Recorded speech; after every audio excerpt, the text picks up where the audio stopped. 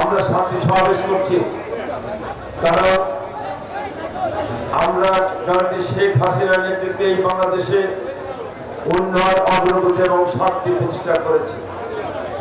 এই শান্তি যাতে বিনষ্ট না হয় সেই কারণে আমাদের শান্তি সমাবেশ করতে হচ্ছে।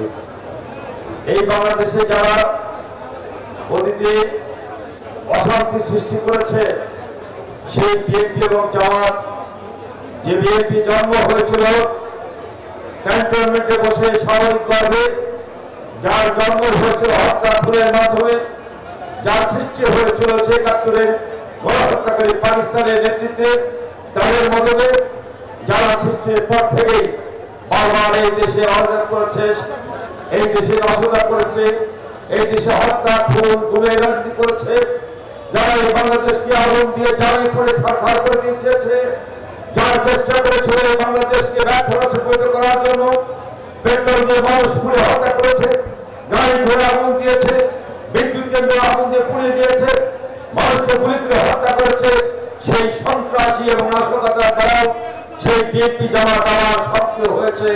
আবার তারা দেশকে অস্থিতিশীল করতে চায়। এই বিএনপি জামাত এরা শুধু বাংলাদেশের মানুষের কাছে সন্ত্রাসী হিসেবে চিহ্নিত নয়, এদেরকে বহির্বিশ্বের সন্ত্রাসী দল হিসেবে আখ্যায়িত করেছে। আপনারা দেখেছেন ইতিপূর্বে কানাডা প্রয়োগ করে ৫ বার তাদেরকে বিভিন্ন মামলায় এই বিএনপিকে সন্ত্রাসী দল হিসেবে অভিযোগ করে রায় দিয়েছিল। আবার গত কয়েকদিন আগে যুক্তরাষ্ট্রের ফেডারেল কোর্টে এই বিএনপিকে সন্ত্রাসী দল হিসাবে চিহ্নিত করে তাদের রায় দিয়েছে। ওখানে পরিষ্কার হয়ে বলেছে বিএনপি নামক এই দল বাংলাদেশে ৩য় মাত্রার গ্রেডের সন্ত্রাসী দল, এই দলকে অভিযুক্ত করেছে। এই সন্ত্রাসী দল এরা দেশে এবং বিদেশের সন্ত্রাসী হিসেবে চিহ্নিত। আজকে তাই এই দেশের উন্নয়ন থেকে বাধাগ্রস্ত করে এই দেশকে আবার অশান্তির মধ্যে ঠেলে দিতে চায়, এই দেশকে আবার নৈরাজ্য, এই দেশে আবার ধ্বংসিত কার্যকলাপ করতে চায়। এর বিরুদ্ধে আওয়ামী লীগের আজকের এই শান্তি সমাবেশ। বন্ধুরা আমার, আমরা পরিষ্কারভাবে বলছি, আমরা এই বাংলাদেশকে আর কোন নৈরাজ্যকারীর হাতে ছাড় দিতে রাজি নই। আমরা কোন শান্তি সৃষ্টিকারী, নাশকতা সৃষ্টিকারীকে আমরা বরদাস্ত করতে রাজি নই। এদেরকে অতীতে যেভাবে প্রতিহত করা হয়েছে, আগামী দিনেও এই সন্ত্রাসী দলের সন্ত্রাসী কর্মকাণ্ডকে কঠোরভাবে আমরা প্রতিহত করে দেশকে এগিয়ে নিয়ে যাব। এটা হলে আমাদের সকলের নিরাপত্তা। বন্ধুরা আমার, গত বছরে বিএনপির মহাসচিব মির্জা ফখরুল সাহেব উনি বক্তব্য বললেন যে সরকার নাকি যা কিছু করেছে সব জনগণ বিরুদ্ধে করেছে। আমরা গত কয়েকদিন ধরে বলেছি মির্জা ফখরুল সাহেবের নির্লজ্জ মিথ্যাচারের কথা বলেছি। একজন শিক্ষক মানুষ কিভাবে এত নির্লজ্জ মিথ্যাবাদী হতে পারে? মির্জা ফখরুল না দেখলে, তার কথা না শুনলে এটা আগে বিশ্বাসযোগ্য হতো না। এই ফখরুল আবার মিথ্যাচার করছেন, বলছেন নাকি আমরা জনগণের বিরুদ্ধে কাজ করছি। যা এই সরকার আজকে নিজস্ব অর্থনীতি, পদ্মা সেতু, Dhaka metro rail, elevated express rail, আমাদের কর্ণফুলী টানেল, চতুর্দিকে উন্নয়ন, অগ্রগতি, এই সব কি জনগণের বিরুদ্ধে?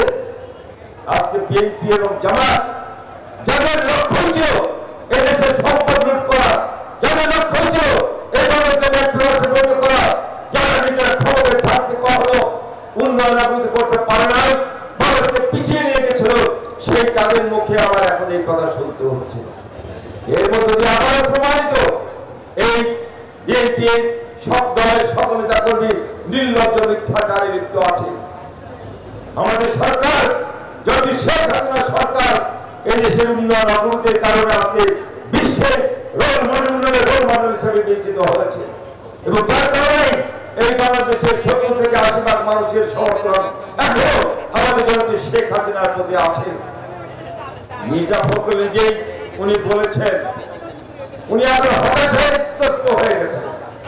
উনি বলেছেন যে এই সরকারকে এমনিতে পতন ঘটানো যাবে না, সুনামি লাগবে।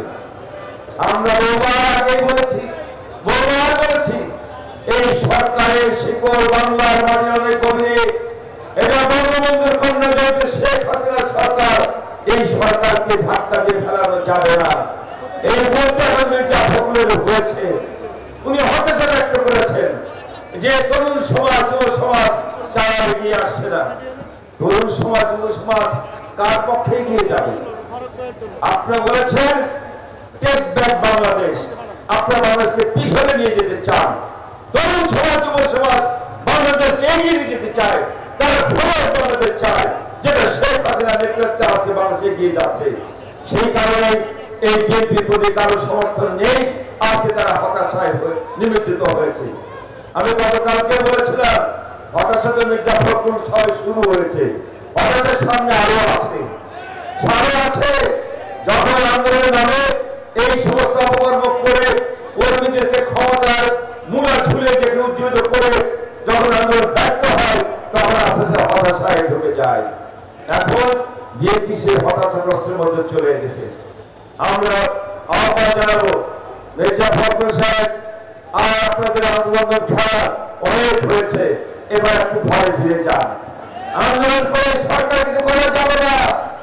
আপনারা বলছেন সেপ্টেম্বরে আন্দোলন শুরু করবে, কিন্তু এটাও মনে রাখি যদি আন্দোলন নামে কোন সন্ত্রাসী ন্যাশনাল কর্মকাণ্ড করার পরিকল্পনা থাকে মাথায়, সেটা এখনই বাদ দিয়ে দিন মাথা থেকে। না হয় অতীতে যেমন আপনাদের সন্ত্রাসী কর্মকাণ্ডকে কঠোরভাবে দমন